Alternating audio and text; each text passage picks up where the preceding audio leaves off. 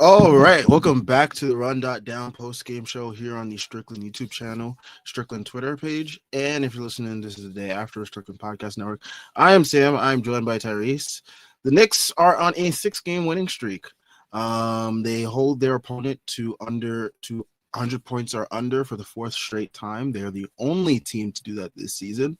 So yeah, the Knicks seem like they're back. They're back after what was a terrible stretch of basketball. I think the last post-game show we did was the Phoenix game. And then after that, they followed it up with the disastrous Martin Luther King Day showing, which led to an alleged players-only meeting, which apparently wasn't a players-only meeting. But the Knicks have won 6 in a row since that Martin Luther King Day game. Beating the Lakers today at MSG. I feel like this is the first time we've beaten LeBron in a while, especially at MSG. It wasn't the usual suspects in terms of, Jalen Brunson or Karl Anthony Towns. Those two haven't really been that potent offensively, I would say, the last couple of games, and even for a majority of this win streak. It's been a lot of the other guys that have been stepping up. Tonight you got huge games from OG Anunoby, Landry Shamet off the bench, and Josh Hart. It is wild to think that Landry Shamet was someone that was collecting dust, as someone on Twitter said, collecting dust on the bench last year and didn't see time until our backs were against the wall in the Eastern Conference Finals. And shout out to FanDuel, as you can see in the top corner there. FanDuel's been hoeing me on these parlays, but if you guys want to try to make some money, like I've been trying to these last couple of games, FanDuel is your place to do it. Tyrese, your thoughts on this game today, and I guess your overall thoughts on the latest vibe shift with the Knicks. We should take breaks from the Run.down more often. I think we might be the first. Well, to be fair, they had their worst showing after our last show. That's fair. So you know what? So I think not us. This team is just full of biracials, and they just needed to get past Martin Luther King Day, and now they're in a better spot. Okay.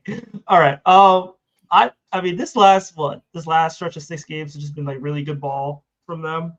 I think it was really nice to beat the Nets, and I think once they beat in the Nets, they kind of just have gotten into this flow where they're playing really good defense. You're seeing a lot of guys step up for this team. I think you're just seeing a lot of good play everywhere. The only person who's really kind of struggling is Cat, but I mean, at least he's getting boards, and he's not like getting too deep into foul trouble. He's staying on the court at least. I think OG has been incredible in this stretch. I think Josh Hart has been incredible in this stretch. I think there's just been a lot of good basketball that the Knicks have been playing. Landry Shamet as well. I know he had a really good game tonight. I think he's had a really good stretch the last couple of games too. Even though it's not like the greatest in terms of points, I think he's given us some good quality minutes. I think he's played really solid defense, which the team has desperately needed.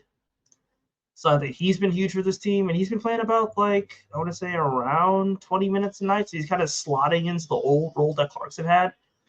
We didn't even talk about that, like the fact that basically this started with a bench Clarkson, which we lost some aura, but we're getting wins. So I'll take it.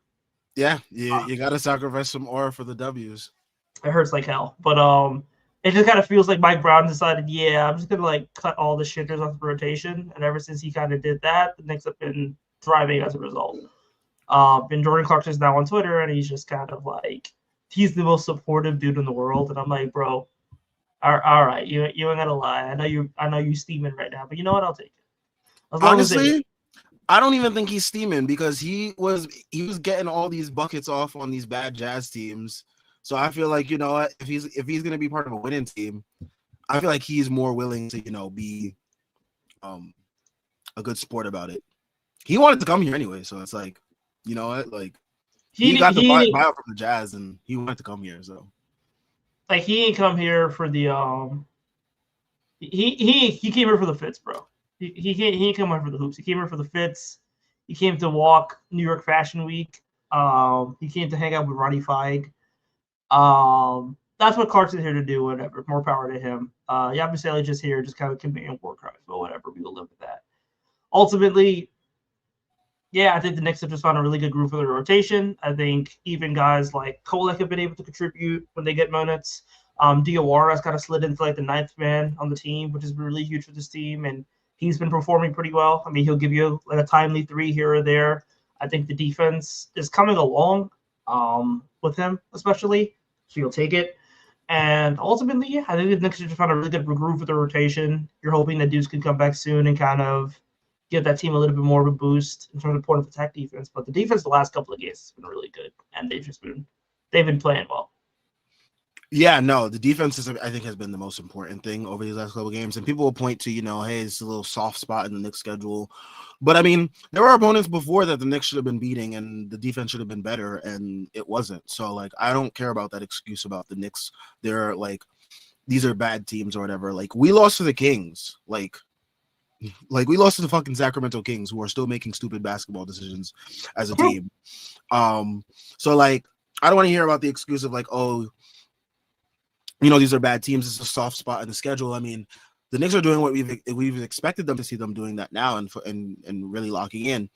But going back to this game, I mean, I expected some bullshit to go down because, of course, every time we play the Lakers, something has to happen stupidly. And, today it kind of started to happen too, with the way the whistle was going, especially in that second quarter. Cat's whistle in that third quarter wasn't that good either. He was getting smacked around on drives, wasn't really getting the whistle. The Knicks got the Lakers into the bonus in about like 5 minutes. Not even about 5 minutes, with like 8 minutes to go in the second quarter. So there was some hurdles that the Knicks had to overcome in this game against the Lakers because Lakers got to get their whistle. And Luka was kind of doing whatever he wanted. Luckily for us, Lakers really can't shoot.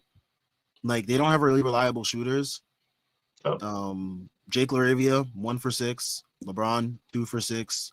Rui, 1 for 5 from 3.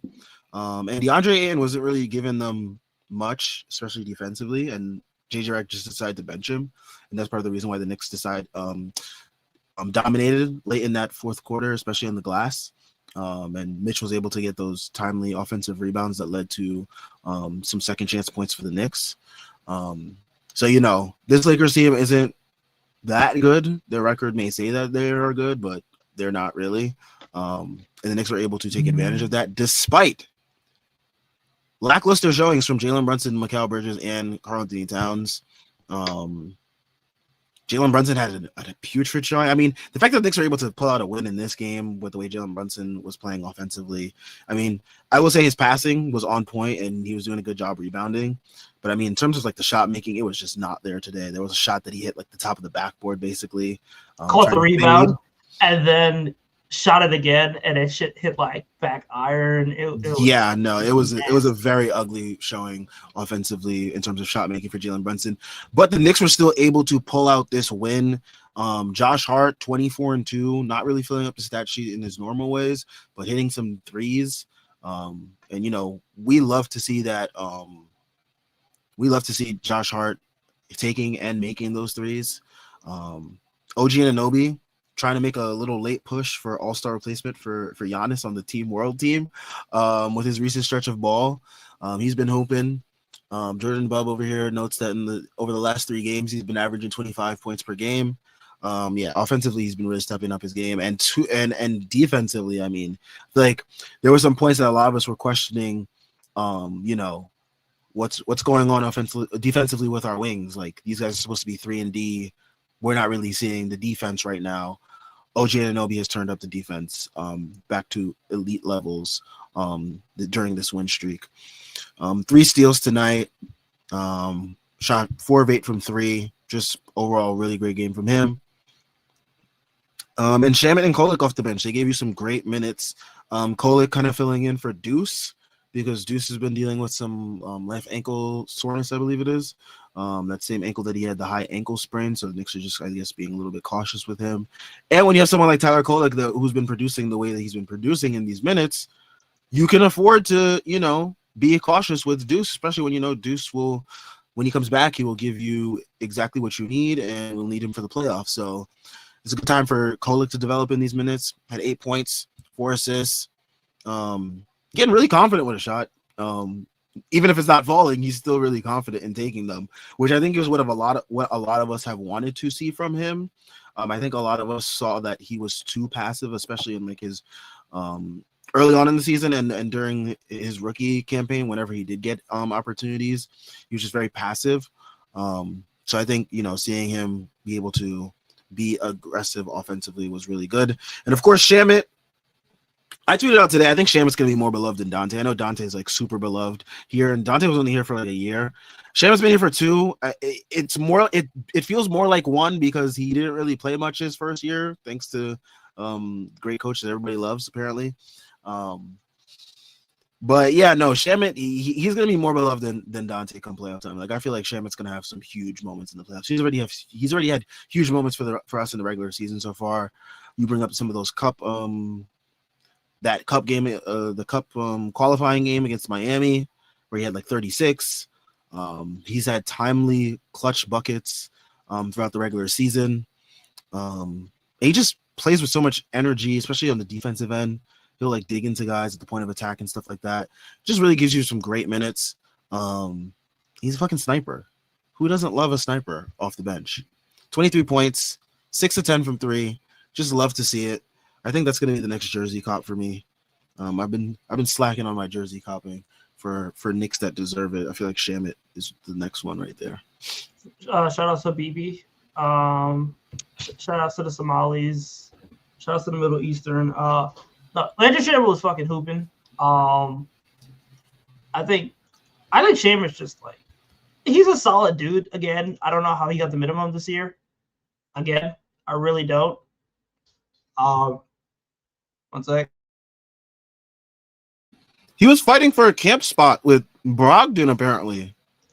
With like Brogdon and Garrison Matthews. Yeah. Like, for whatever reason, like, I thought Shamit was good last season. I think he's been great this season. He's shooting the shit out of the ball, which is what the Knicks have needed.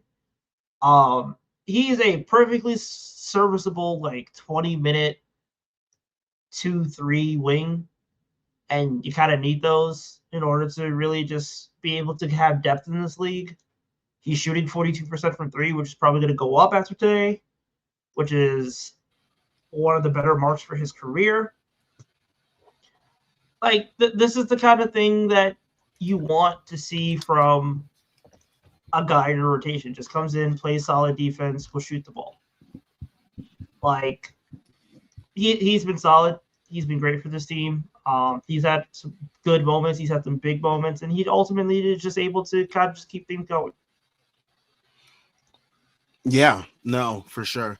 We do get some super chats. Shout out to the super chats. We got a $4.99 super chat from Andre Dreyer. He says Shamit saw Sky Bree courtside and decided to turn it up tonight. You know what? Don't blame him. Don't blame him at all. I would do the same if I had the capabilities, but I don't. So what is wrong with y'all, bro? Who is Sky Bree? I'm lost. One Instagram search and do your research. So much girth. Wow, what a name. $5 super chat. Dude, I'm just reading the name. Only thing I hate more than Mikal are all the Knicks analysts and talking heads who have defended this trade for 2 years. And yes, I'm looking at y'all. And he gives us $2 more. He says Landry is better than our 5 pick.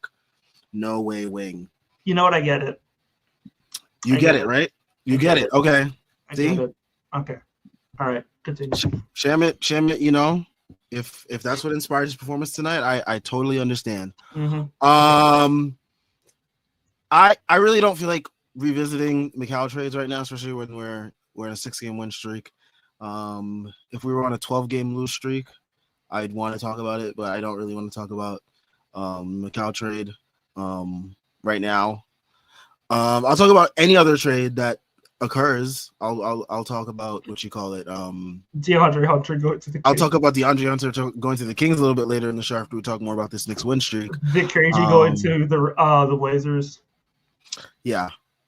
Interesting trades we got so far in NBA, but who knows? Maybe we might get a little repeat of last year after a Lakers Knicks trade, huge trade tonight. Maybe we'll see. But yeah, no. This recent stretch of games has been really encouraging, especially the defense. Let's see. What else are we going to talk about? Let's revisit. I mean, last game was the Portland game. It was the second straight game that Karl Anthony Towns had 20 rebounds. He had a 22 rebound performance against the Raptors, and then he had a 20 rebound performance against the Blazers. Wildcat has not been performing up to standards offensively. He actually did end up getting an all-star appearance out of it tonight. And we can talk about the all-star picks later on tonight because I feel like I don't know what the hell is going on in this league. But yeah, I mean, despite the down numbers offensively for Karl Anthony Towns, he's still able to get an all-star appearance. And he's been rebounding the ball really well. But yeah, I mean, I'm just hoping that, the trade deadline is this week, right? Yeah. I'm hoping after the trade deadline, whatever happens, if he's still rocking orange or blue, I hope he really gets his mind together and, gets out of his head, puts the ball in the basket. Because, I mean, we're able to withstand a lot of these performances right now, but I feel like, come playoff time, we're really going to need him to step it up offensively, especially. I definitely think you're definitely talking about the offense because the offense has just been kind of like hit and miss. Like his touch on the basket has kind of disappeared. The trail threes aren't there the way they were last year. I really don't know what's going on. Like at the very least, he's getting to the line, but he hasn't really been doing that as much either. So it just kind of feels like he's just been in a really bad funk. And ultimately, he's capable of more.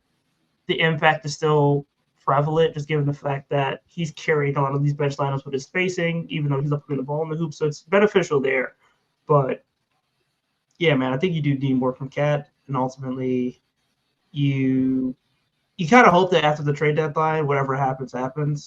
But if he's still on this team, then I definitely think like you need more from Cat. Like you're already an all-star. Like you got it. You're an all-star.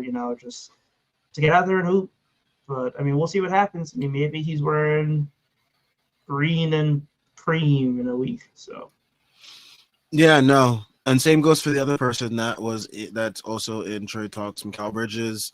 I thought the Toronto game would be a little bit of, the spark that he needed to really get back on track offensively. Since then, he's put up 2 10-point performances, including tonight. The Toronto performance was really encouraging because both him and OG really, really locked in on both sides of the ball. Another one of those Brunson games where really wasn't looking right offensively.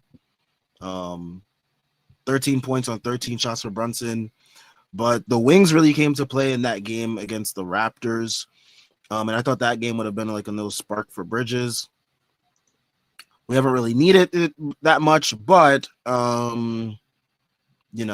going to be moments when we actually do need it. So, but he had 30 points in that game on 12 of 15 shooting, 4-6 from 3.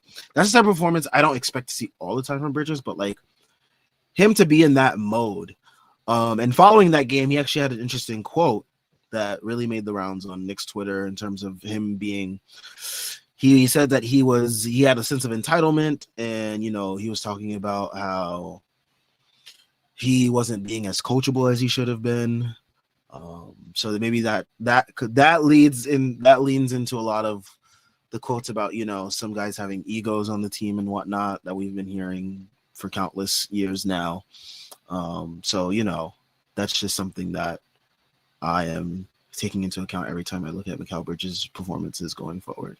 That nigga Mikal don't want to get traded so badly. my boy said, "Yo, it's my fault, bro. I gotta humble myself." I had never seen a nigga publicly beg to not get traded. He must have found a fire ass halal spot. I don't know. It ain't no woman. I don't think Mikal Bridges even likes women. But I think he literally just wants to hoop and he just likes his dog, and that's life. I'm gonna rock with him for that. But son, my man said I had an ego. I was like, what Said I kind of wasn't being as coachable as I should be. all He you was need, like, like all son needed was like a boombox to stand outside in the rain. Like he was begging for another chance, son. What in the world? so I mean, like I respected that. That was like he good really quotes, don't want to go to Portland. good quotes, but he was like, nah, I really do not like the rain out there, bro. My man hates Israel. Like he's like, I don't want to be out there, and that's real. That's real. But like, damn. No, I don't want to be hooping. I wouldn't want to be hooping with Denny Avdia either, man. I wouldn't want to be hooping with Mina. Who got an All-Star? Speaking of people that shouldn't have gotten an All-Star. We'll get Speaking there. speaking of people who looked like shit against us the other day, because he wasn't getting that damn whistle. It's just so funny how like regular he fucking looked against us. But yeah. I mean, before the Raptors game, the Knicks had another good win against the Kings. Got some revenge, got some get back. That was a really good offensive Jalen Brunson game. It's been weird. This one streak's been weird because it's been like, and I don't mind it a little bit because it's like it's showing you that the Knicks don't always need Jalen Brunson and Cat to really be at the peak of their powers for this team to win. It shows that all of the Knicks players, they're capable of at least holding it down for a night or two here and there.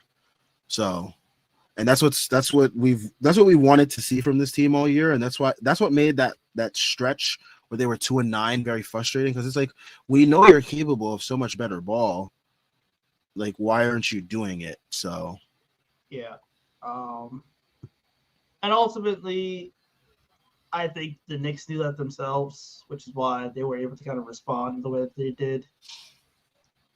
But yeah, that's just rough because it didn't make any sense as to why they were the way that they were. But I mean, you hope that they kind of put it behind them, and you kind of hope that they're able to really start to grow into the team that I think a lot of us think that they can be, especially getting into the second half here.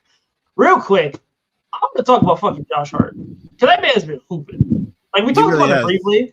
But like that dude has been hooping. Like last couple of like the last 3 games he's averaging over 20. Like he's been shooting the shit out of the ball too. Like 63% from the field, 53% from 3, 5 rebounds, 4 assists, about 21 points per game over the last 3 games. Like he's shooting 41% from 3 on the season with 9 fucking fingers. Yeah, no, he's been balling. Like I get it, the lineup is shitty as hell, and I agree. Yeah, starting lineup is dog shit, but yeah. They won today though.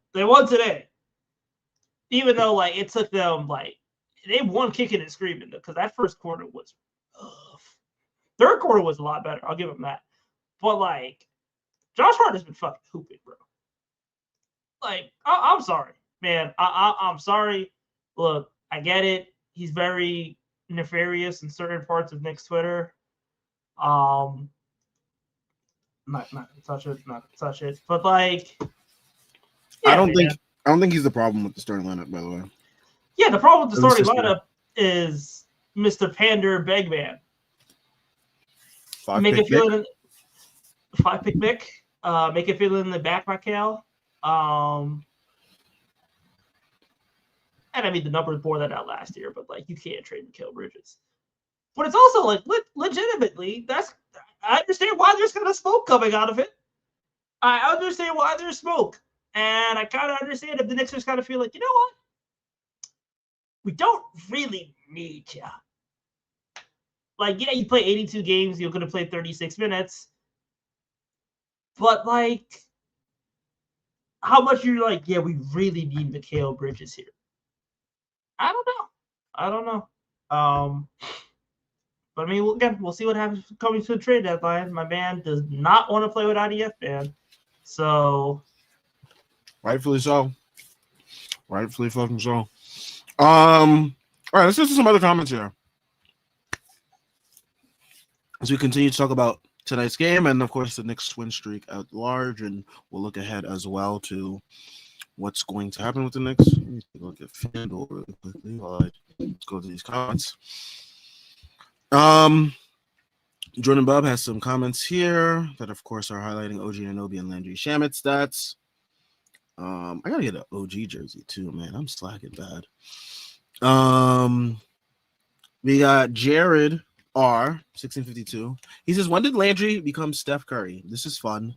Please no letdown versus the Wizards. I'm assuming the Wizards are our next opponent." I think they are actually. On to say that they are. Yeah, on Tuesday. Damn, I'm getting back to back with the Nuggets on Wednesday. That's damn. Yikes.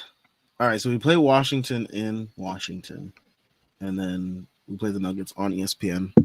I'm not worried about the Nuggets game. I feel like we've played the Nuggets pretty well over the last since we've gotten Brunson. I feel like we've been playing them pretty well, or at least since we got an OG, we've been playing them even way better. I remember one of the first games after we got OG was against the Nuggets, and we just killed them.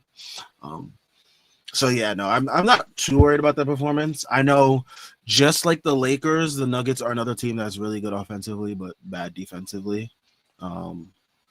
So I'm hoping to see that the Knicks attack the Nuggets. I don't know. I don't think similarly to how they attacked the Lakers, because of course each team has their own deficiencies and whatnot. But I'm hoping the Knicks are able to play extremely well that game.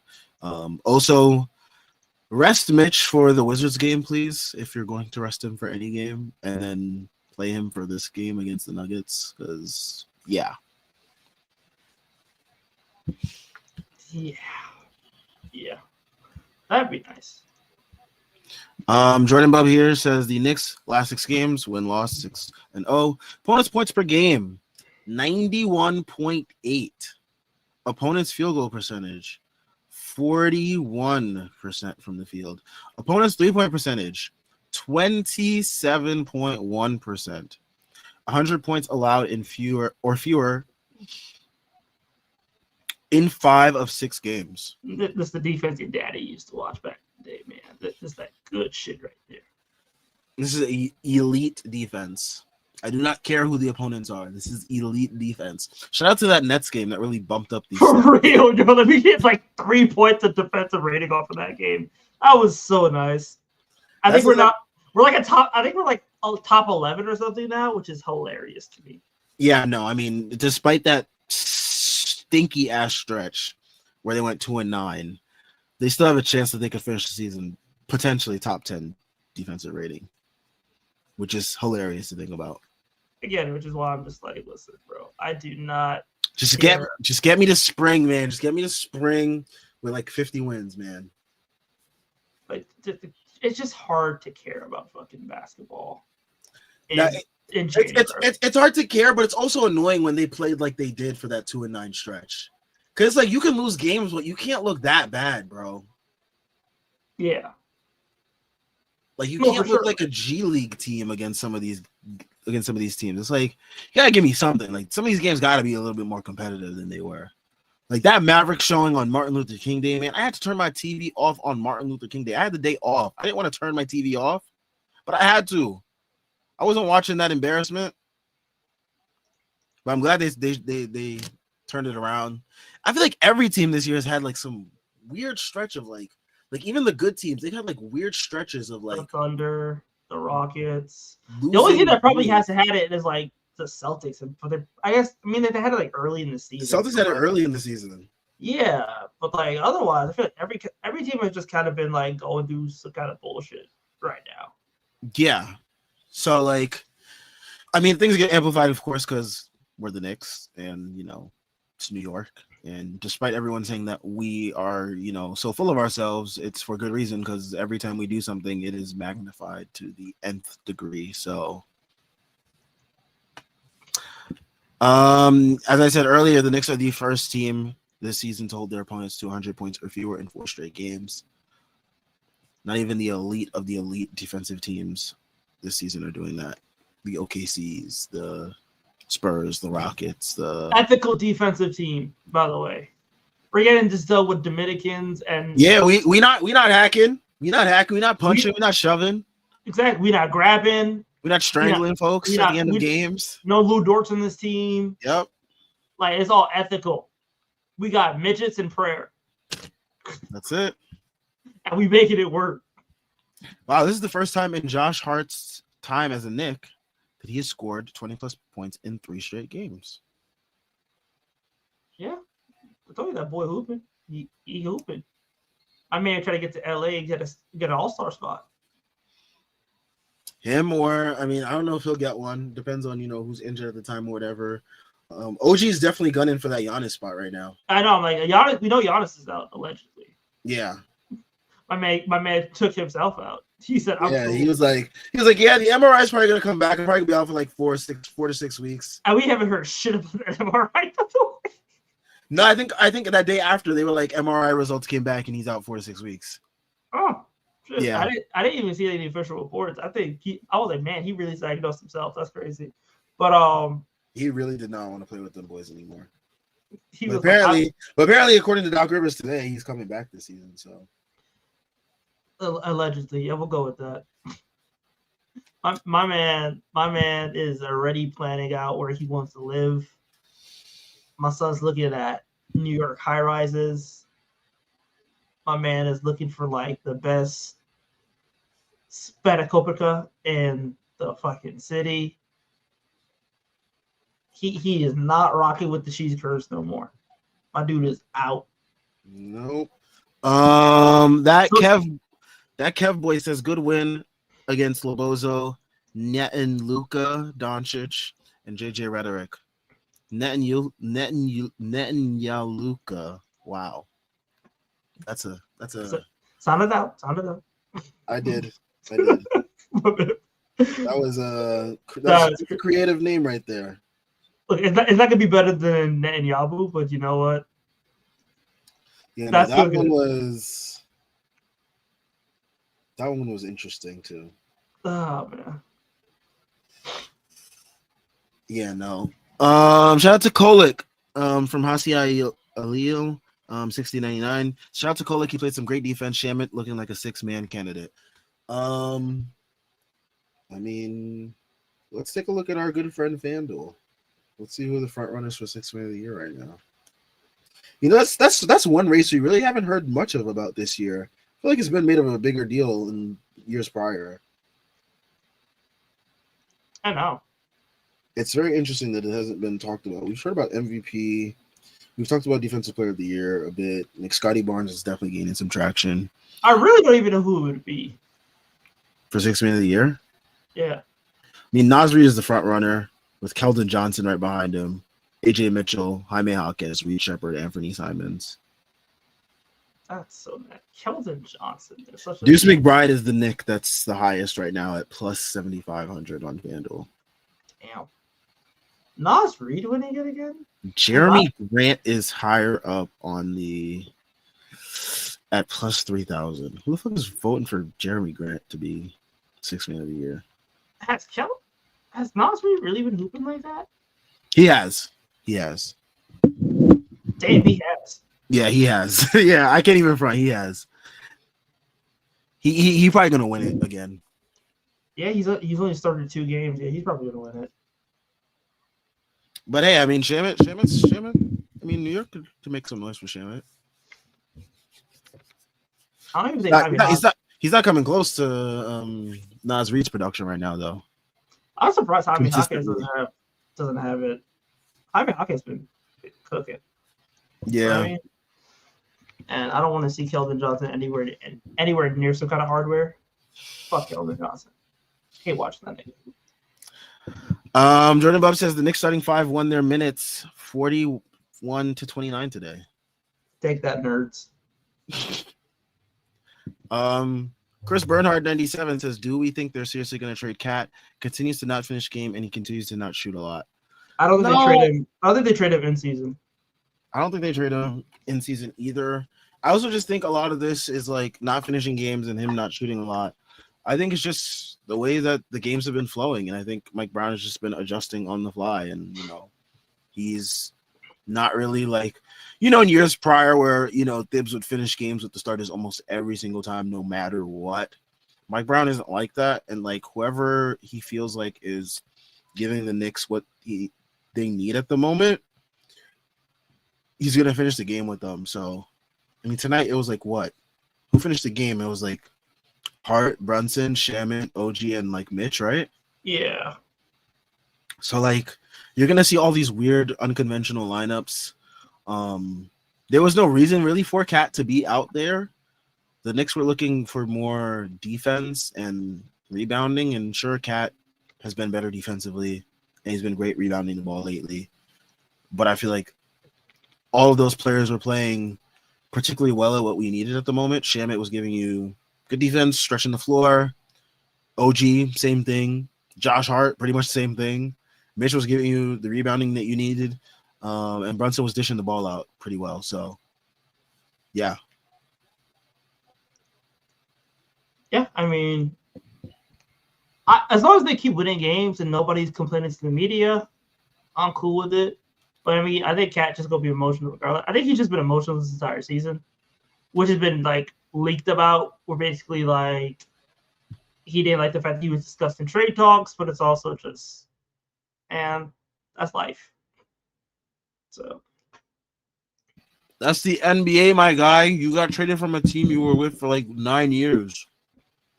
You being in trade talks now, that's probably going to be the norm now. You're in New York too. They're looking to win a championship. If you are not going to show that you can be a part of that, they're going to be looking to upgrade from you. That's just the business of how the league is right now. I think since you got traded from Minnesota, I feel like you should have just started to accept the fact that, all right, this is how it is now. Like, but I get it. I get the human aspect of it. I do. You just gotta, put his head down and produce, and hopefully it leads to a next championship. That's it. yep. Haisa Ayil says 69. Haisa Ayil 699 says Shamit cardio is just crazy. Dude is all over the floor. His motor is incredible. Yeah, the energy that he and like Diawara bring, I feel like it's so needed, especially with how the starters come out. The stars will come out and like sometimes they will not have like the right energy for these games, and I feel like inserting Shamit and Diawara, those two, they bring energy, especially on the defensive side of the floor, and it just leads to the Knicks getting like easier offense and stuff. They're always moving and stuff like that too. So yeah, but Shamit is really like he's always moving like on both sides of the ball. Like offensively, he's always cutting, moving around, making quick decisions. Like if he doesn't have a shot, he's like trying to drive or attack the closeout and stuff like that. It's cutting. Defensively, it's picking up, point of the attack. Just love what he's been doing. Yeah, I mean, I think the little things. Shaman's always just been good at like doing the little things for this team. And then like when the threes start raining down, like he's the guy you don't want to take up the court, especially when those threes start going in, because he just gives you so much on both ends when he's right. So it's really good to see that he's healthy and he's getting to a groove again. What I love most about him too is that ever since you would think that he would be more cautious since he hurt his shoulder, but he be trucking into those screens still. Like he don't care. I know he got like caught on one, and like it looked rough. Like he got caught, and like he couldn't move, and I was like, "Ooh, shit!" But that was a good screen, but also like came back the next play, like got after it. So like he's a dog. Yeah, that's how he earns respect here. That's how he's gonna become more beloved than Dante was here, man. Just like that straight relentlessness. Also, apparently, from DJ Zulo on Twitter, over the 6-game win streak, the Knicks starting lineup, 91 minutes, plus 15 net rating, 116 offensive rating, 101 defensive rating.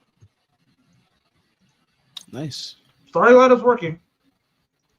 Despite it looking like shit. All I'm saying is if the starting lineup is working, Tom Thibodeau's a terrorist even more. We'll see. We'll see how this continues. I have my doubts, but I'm willing to eat crow if it means that the Knicks are playing elite basketball. Tay 2126 says, "Can y'all explain y'all schedule? Appreciate these recaps."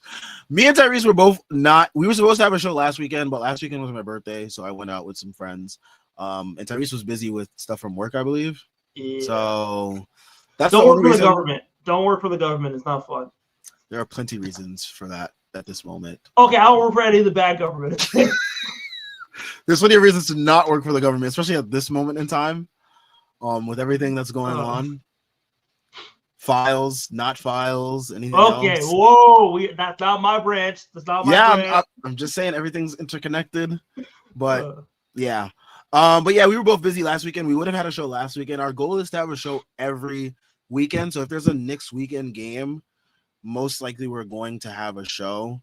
And the Knicks have had weekend games most of the time. I think our next show will probably be Saturday.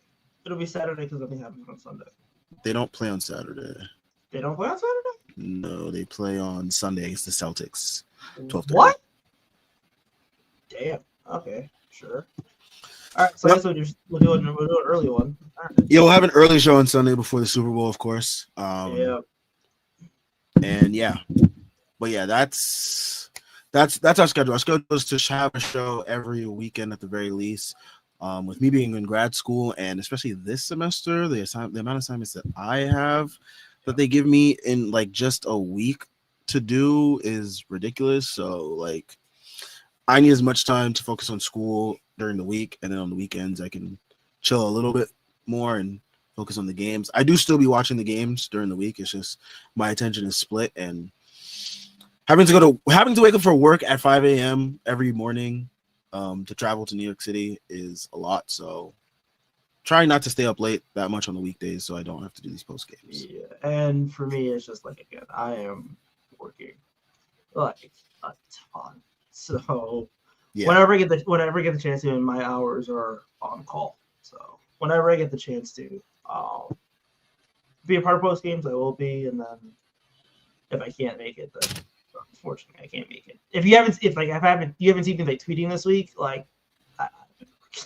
so. Yeah, I'd be tweeting through it. I probably shouldn't be, but I'd be tweeting through it. But yeah, our goal is to have a show every weekend, so we'll have one on next Sunday. Yeah, next Sunday. Jordan Bow here from DJ Zulo. The Knicks have a 96.1 defensive rating in the second half of games during the 6-game win streak.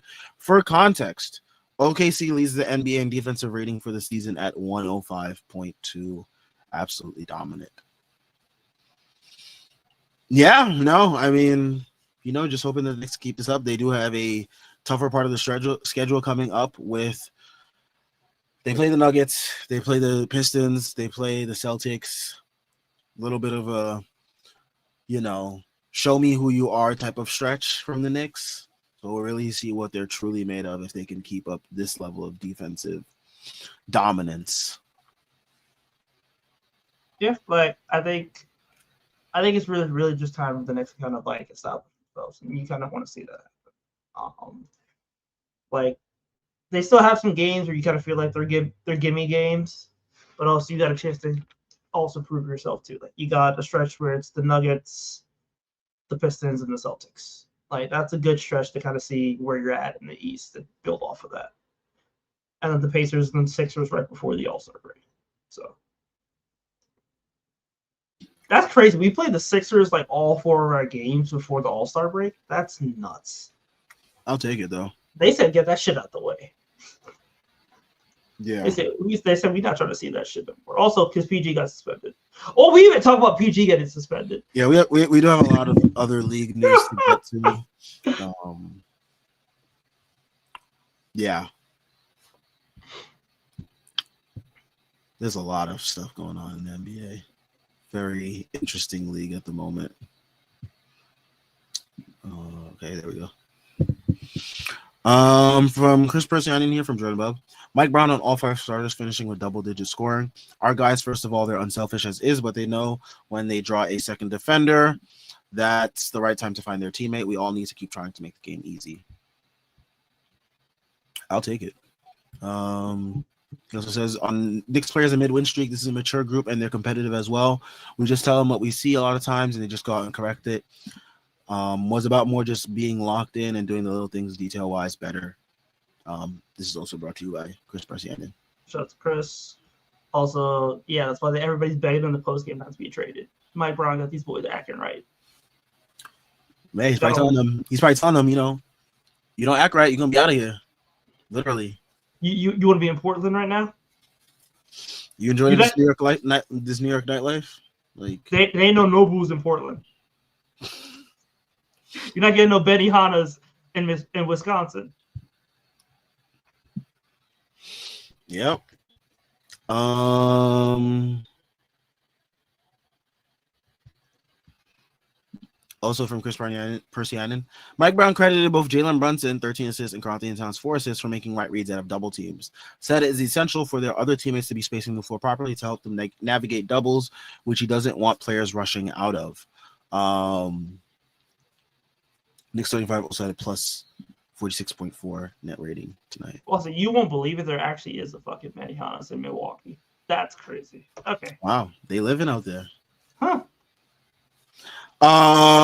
But yeah, no, this definitely has been encouraging stretch of basketball from Jalen Brunson and Carlton Towns. Like, despite them not being as consistent offensively, they are able to find some of the other guys on the team, and a lot of the wings have been producing outside of you know, the main 2 guys. So that's been encouraging to see. And as long as they continue to keep playing like that, you know, it's good that Jalen Brunson and Towns are trusting them in these moments as well. Yeah. Ultimately, I think it's good that you're just seeing the team kind of just get a sense of cohesion. They're staying together. You're seeing a bunch of guys contribute. Again, like, we barely touched on them, but like someone like Kolek just kind of coming into the rotation, being able to give you like 12 to 15 solid minutes off the bench. That's a productive player. That's a useful player. So ultimately, like, you can't really complain, especially when you're able to get that kind of production off your bench. Like, Tyler Kolek has been, I don't think he's been shooting the ball particularly well, but like, he comes in, like, the last couple of games, he's been productive. He gave them 13 last game against Portland. He gave them 8 and 4 off the bench this time. He's been good. Like, he's been good for this team. He could absolutely like come in and give him a role. Like, Tyler Kolek has a fucking 5.2 net rating. Tyler Kolek has a 5.2 net rating. Tyler Kolek is like the 11th man in this team when they're healthy. You're muted, bro. My fault.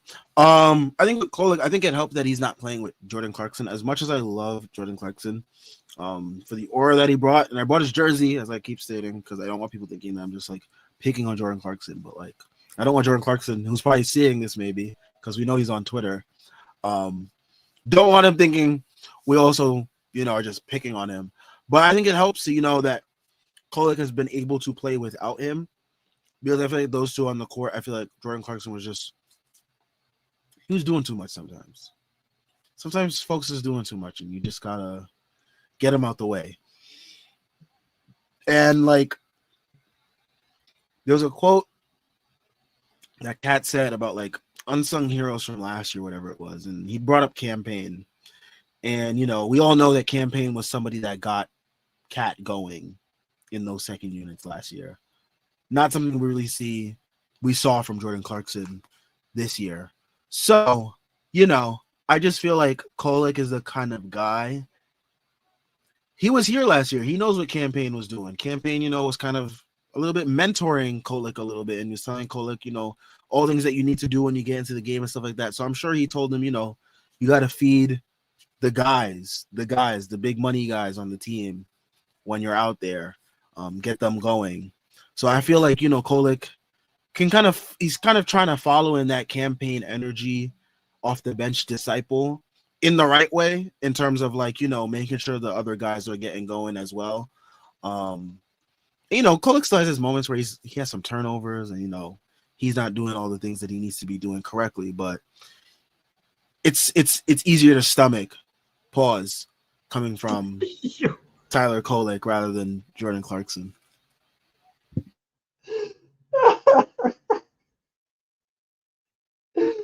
Oh, that caught me off guard. My fault. My fault, bro. Oh, that got me off guard. Okay. Yeah. Nah, it's hard to handle. Yeah, but no, Cole's been solid. Cole's been solid. All right. I'm a child. My bad. My fault. You good? Yeah, I'm good. Jordan Bub is here. Mike Brown says he became a fan of Landry Shamet when watching Knicks tape after getting the job. So what do you do? You watch the Eastern Conference Finals games? What 3-6? Because like, what Shamet tape was there last year, man? That guy barely played. Mike Brown is like a low-key underrated liar.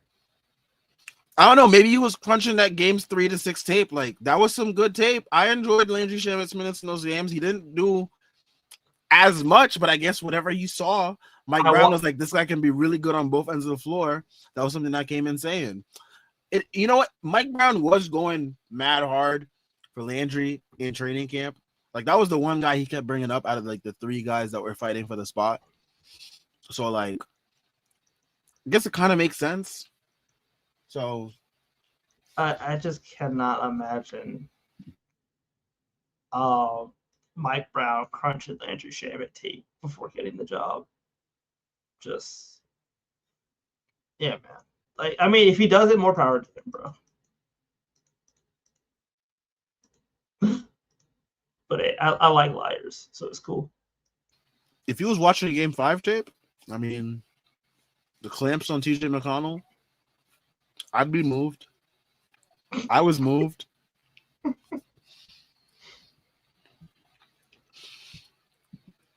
Chris Bernhard asks, does Drew still have good defensive numbers or is he beyond cooked? It's hard to tell. When guys go to Portland, it's hard to tell. Like, I don't think he's cooked. He's been good. He's just been hurt. But it's also like, do you want to deal with that? I don't know. It's like when guys go to Portland, it's like, I don't know what happens to them, especially older guards. Like, for example, look at Brogdon last year. Coming into this year. This guy's retired now. This is what going to Portland as an old guard does to you. It's when you play with fucking Denny Avdia, it just drains the life out of you. He into the Knicks, and I mean, Knicks tried to give him a rotation spot. He was like, you know what? Salute. I want to retire. Yo, it's a mad funny. He missed out on like being on 2 championship teams. I would be so mad if I was Malcolm Brogdon. Right. He missed out on being on the Bucks championship team, and he missed out on being on the Celtics championship team. Like literally right after he left, like both those teams chipped up. Like ultimate dynasty starts after you play her. So maybe it's a good thing. Hey, he just left the Knicks. Oh shit, y'all. We up. Oh shit, he just left the Knicks. You know what that means? We are up, bro. It's oh my god. We outside. We outside. Let's get it. Every team that he leaves, we're not counting Portland. We're talking about good teams in the East. Good teams in the East that he leaves. Get a chip. Just saying. Don't make plans in June, y'all. Free it up. Mike Brown here. This is from Jordan Bub from Chris Persianen. Mike Brown starts out by detailing Knicks' first half woes. In the first half, we didn't play like we should have defensively. We had a couple game plan lapses, and our physicality wasn't quite there. Telltale sign, there were 5 50-50 balls in the second quarter, and we got one of them. Wow. Interesting to keep. I mean, I know it's their job to keep track of this stuff, but it's just like interesting to like actually like hear it like spelled out for you in black and white and stuff like that. But yeah, no, I mean, I feel like the Knicks. I don't like to be this type of person, but I just feel like the Knicks just weren't also getting a fair shake of the whistle in the first half, especially in the second quarter. They got into the bonus really early, and I feel like that could really fuck with a team's mentality in terms of how they attack things. But they were still able to keep things close. So, you know, I get what Mike Brown's saying, but I'm glad like the Knicks were able to keep it close enough where they were able to really take control in that third quarter, and then the fourth quarter it was just kind of game over from there. But yeah. Yeah, I mean, again, like you said previously, it's nice to have a coach who kind of just like is transparent about like little shit like this. Instead of it being like, the game will tell you what to do. You got to read the game to understand the game, to internalize the game, to play the game. It's all about the game and how you play it. It's all about controlling if you can shake it. Yeah, man. It's not going to coach a personality. He's a liar, but he has personality. Yeah.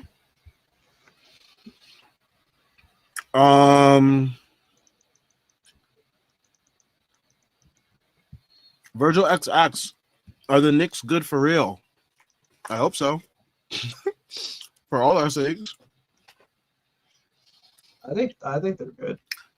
No, I think I mean we talk about the 2-9 stretch, but I mean when you talk about the larger sample size at whole as a whole, I mean the Knicks for like a good majority of the season are still like a plus 10 net rating team for a good chunk of the season. So like, despite that stretch of bad basketball following the cup, I feel like they've kind of overcome those woes. So yeah, screw the cup curse. Let's beat this shit.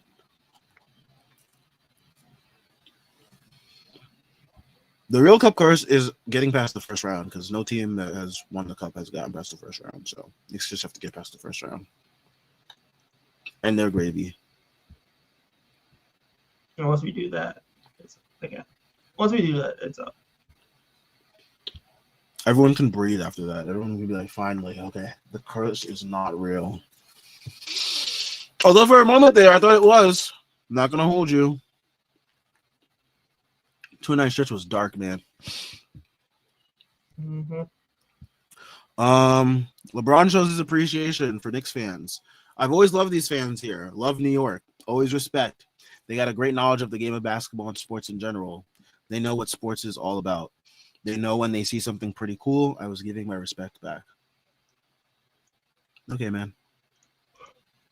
This is the guy who like fucking gave the fan base blue balls multiple times and pump faked the fan base into coming here a couple times. You wore a Knicks towel, during your fucking press conference last season. We didn't forget, bro. Guy's a joke. Like, this nigga has gaslit me more than any woman in my life. No. I hate this nigga, bro. What a passion. Nigga, you didn't just give us 1 year. That's all I wanted. 1 year. Take a minimum. Come hoop. Get a ring. Nah, you gotta be all fugazi. You gotta nigga just a Bronx shorty who don't want to link. Like, I'm tired of this nigga, bro. He said, I'm good. Boy said, oh, I might come over. And then the nigga asks you what you do, and then you leave him on red. I hate this nigga, bro. What a passion. What a passion. Let's see what else we got here. Mike Brown says the Knicks got all 7 50-50 balls in the second half. That was the difference in the ball game. Yeah, no, I mean, you win the possession battle, you will definitely win the game. And the Knicks have shown that so many times over the years.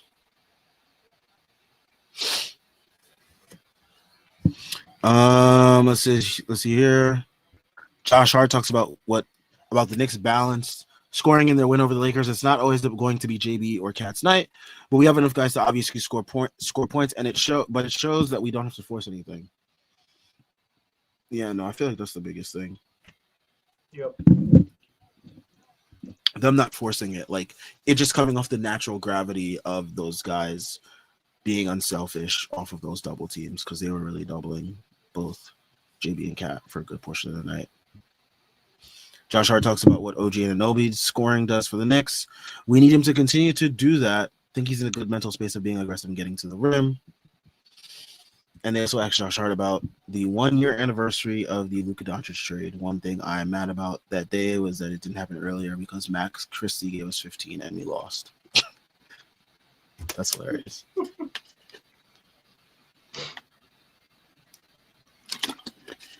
Well, so far, no anniversary trades this year.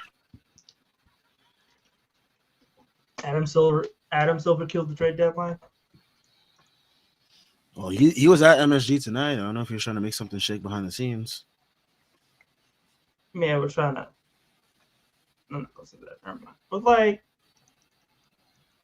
yeah, man, that's kind of boring. I'm like, where's the action at? Normally, you see like a couple All Stars been moved by now, or something.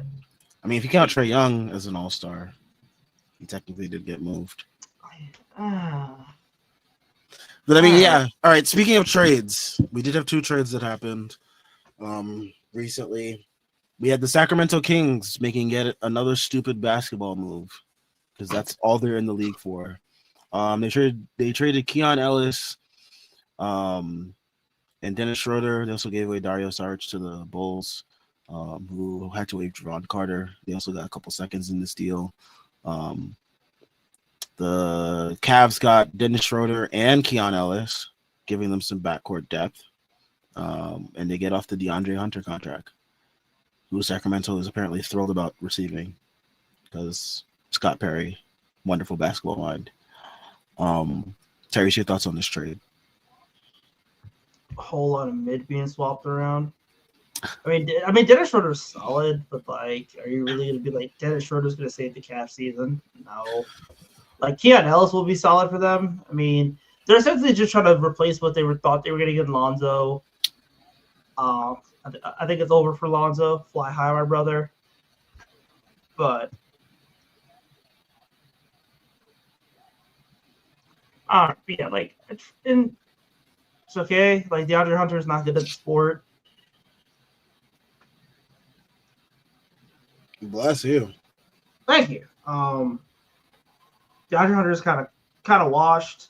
Keon Ellis is good, but he hasn't really played well this season. And Dennis Schroeder is good, but again, like, what is Dennis Schroeder?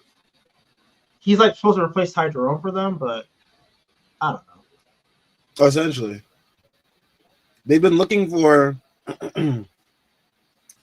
someone to basically replace those Ty Jerome minutes last year because those are super productive. And DeAndre Hunter was only playing really well because he was next to Ty Jerome. Ty Jerome was kind of like making his life easier, especially during those second unit minutes. They figured, I guess, no Ty Jerome. Might as well get him the hell out of here. And like Jalen Tyson has been able to kind of shore up those wing rotation minutes. Like he's been kind of what they wanted in DeAndre Hunter. But he's younger, cheaper, and basically playing better than what they wanted from DeAndre Hunter. So they're like, you know what? Let's just get some more guard creation, get some point of attack help with Keon Ellis, and yeah. I mean, ultimately, I just think that their wings are too small. Yeah, no, for sure. And that's just going to be their issue. Like Keon Ellis cannot be like your best defensive wing. I just don't think that's going to work. Also, like you have to pay Keon Ellis next offseason. Shouldn't be that much. I mean, I don't know. Like, I mean, maybe you get him like a decent deal or whatever, like around what Sam Merrill got. But I don't know, to me, I just kind of feel like they're shuffling on a lot of chairs in the Titanic right now. I don't really think there's something where you're like, oh, the Cavaliers are gonna like make noise in the East or whatever. They're just kind of there. As always with them.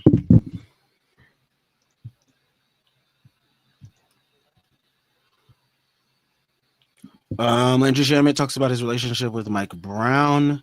Working with Mike has been great. Learning from him, he's a great communicator. Not subtle whatsoever.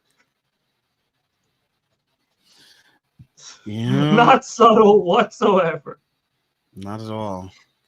Tay212126 says PG fan, be easy on my guy, prescription P. All right, let's talk about this now too. Paul George got suspended for 25 games. Apparently, he was taking an antidepressant or whatever. That's what we call it now. That's what we really gonna call it now. I'm gonna take it easy on him because Toradol's an antidepressant. Malcolm makes you happy. I haven't heard any of the human growth happiness. Like, come on, bro. Let's be. That's what folks is saying. Folks are saying that he took it. I guess like one of the antidepressants that he took. I guess just had something that's banned from the league. I don't know how credible this was. Niggas is branding Prozac. Niggas said, nah, you can't. Nah, let's suppose you got you hooping different. Oh my gosh, this, bro. But he's out 25 games now. I feel like this is kind of significant because the Pacers not the Pacers. Well, I'm thinking about Paul George from the Pacers. The Sixers have been playing they've been playing some pretty, I guess you could say, good basketball. Joel Embiid looks like himself again. Tyrese Maxey been playing pretty well. Paul George had a crazy game before he got suspended. That probably raised some eyebrows in the league office, and they're like, let's send a bottle for Paul George to collect the sample. This nigga got Zoloft. Get him, please. But yeah, no, he's gonna be out for 25 games. He should be back before the playoffs. I saw someone saying like we're taking load management to a whole nother level with Paul George right now. I think it was a Sixers fan. I forgot who. But yeah, no, he's gonna be out for most of the rest of the regular season. Should be back towards the end of the season. In time for the playoffs. Your thoughts on the impact for the Sixers? On the impact for the Sixers, the Sixers are going to be the Sixers. I don't think Paul George is materially shifting their odds in any kind of way. I'm just like, again, I'm shocked that a dude was just trying to take Celexa and they got popped for 25 games. Like, if you're hearing me list all these antidepressants, my background is in psychology, so I know what I'm talking about. But like, yeah, man, that is the wildest suspension I've ever heard. My man was taking antidepressants and got popped for 25 games for banned substances. Oh man, this league. This league. This player, bro. Only Paul George. Yeah, this is such a Paul George thing to happen, unfortunately. This is such a Paul George. This is such a Sixers thing to happen. It's just like this is why these two were made for each other. The Sixers and Paul George. Like they were made for each other. Homie dropped 32 points and they're like, we're not gonna do it. No. I would have been sus after that game too. Not gonna hold you. They're saying that someone like they replaced like it was Embiid's piss. They got Paul George for it. They took Paul George down for Joel Embiid's piss to let him get some more game time. Also, apparently, Deepog is Josh Hart. One day, Jalen Brunson's gonna get it. One day. The last game of the season to troll. Probably. Tay2126 says Kolik's defense has made him valuable. His playmaking makes Macau better, but everyone else, but specifically Macau. Yeah, no, for sure. I feel like especially early on in Kolek's like little rotation run, him and Macau, like I feel like he was like really getting Macau going in those units. Um, and then when he kind of went out of the rotation, that's when we kind of saw Macau really like plummet again. So maybe just let's keep playing Kolek so that maybe Macau can score the ball because apparently that's what works. And I think that 30-point game Macau had, Kolek had like 10 assists. So like, hey, there's like Yeah, he did. there's some correlation there. Some correlation. Cal is really a fan of the white boy, so you know, gotta make sure you're hooping together. Um, if Leon can make a good enough flip, I'll excuse it. But we kind of had a flop of an off season. Yeah, it happens. Luckily, the Knicks have enough internal depth to really kind of make up for it in a way. Kolek and Diawara kind of being players that can give you rotation minutes right now really helps. Shamit being really good, Deuce being really good, Mitch being pretty solid, and you know they've been managing his minutes pretty well this year. So it hasn't really hurt us too much. So yeah, I mean, you're just hoping that they're able to kind of flip one or the other into some type of depth that can actually play. But yeah, No, for sure. I do want to see what moves the Knicks make if they do make a move. Um, ultimately, like if the worst part of your offseason is that like your taxpayer and the lead player didn't work out, I think like you're still fine. Ultimately. yeah, no, for sure. Um, Virgil X says, thank you for not mentioning the previous coach, as far as I can tell. Um, sorry about that. For now, Tay2126 says, shit, Thibs used to rave about Landry. I believe he's a great practice player, just too small and injured. That's probably what Thibs thought of him. But Mike Brown saw something that a lot of us as fans saw that we got to see in the playoffs, and we're seeing now come to fruition in the regular season here too. So it's been very exciting to at least be vindicated in our beliefs of what we were seeing with our own eyes. Y'all wasn't gonna lie to me, bro. Y'all was not gonna lie to me. Yeah, no, I mean it was kind of ridiculous that he wasn't getting any minutes last year. It's like crazy in the regular season. He didn't get any minutes. But he's getting minutes now, and you know that's what matters the most. All right, let's look ahead to the next schedule of their games to be and see if they can continue their win streak. Tuesday, they play the Wizards in Washington. Wednesday, they play the Nuggets at MSG. Friday, they play the Pistons at Detroit. And on Sunday, they play the Celtics in Boston. Sunday matinee game, 12:30. A lot of these games are on national TV. Wednesday on ESPN, Friday on Prime Video, and Sunday on ABC. I think they'll probably. I think I could see 2-2. I could see 2-2. If we get 3-1, it's up. Honestly, this is around the time of the year, every year, where the Knicks make their win streak.